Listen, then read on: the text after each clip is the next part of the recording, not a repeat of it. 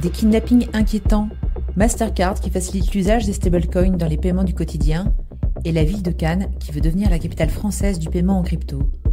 Bienvenue dans ce nouvel épisode de notre Hebdo Crypto, votre rendez-vous pour faire le tour de l'actu crypto en quelques minutes.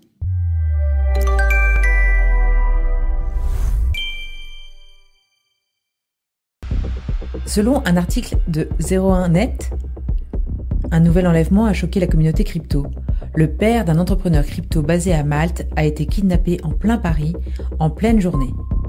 Emmené de force par 4 hommes cagoulés, il a été séquestré pendant 2 jours en banlieue parisienne. La police est parvenue à le libérer. Les ravisseurs réclamaient une rançon de plusieurs millions d'euros, non pas en crypto, mais par virement classique. Ce n'est pas un cas isolé. L'affaire rappelle l'enlèvement en janvier de David Ballan, cofondateur de Ledger. Selon le journaliste Grégory Raymond, c'est le 5e cas depuis 2023 en France. Dans tous les cas, les proches des entrepreneurs sont pris pour cible afin d'exercer un chantage.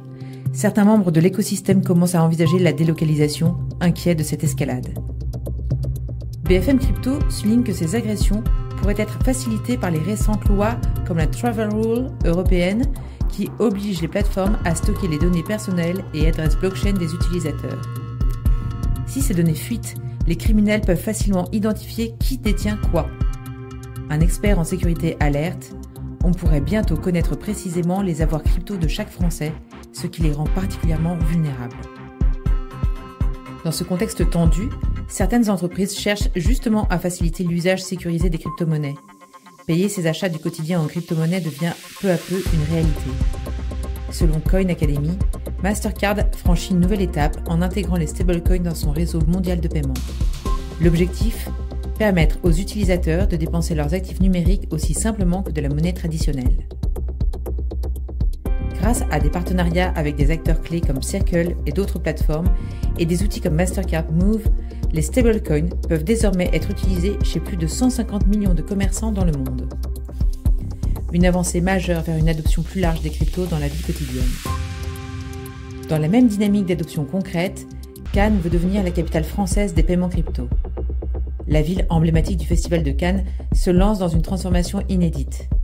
Selon Coin Tribune, Cannes vise à ce que 90% de ses commerces acceptent les paiements en crypto-monnaie d'ici l'été 2025.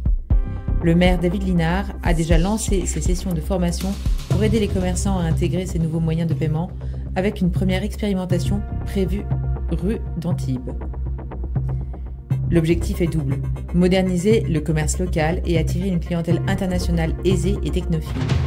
Avec cette stratégie, Cannes rejoint le cercle des villes pionnières en matière de crypto, aux côtés de Toulouse et Talence. Une initiative qui pourrait bien ouvrir la voie à d'autres destinations françaises. C'était l'Hebdo Crypto de la semaine. À la semaine prochaine pour votre série hebdomadaire.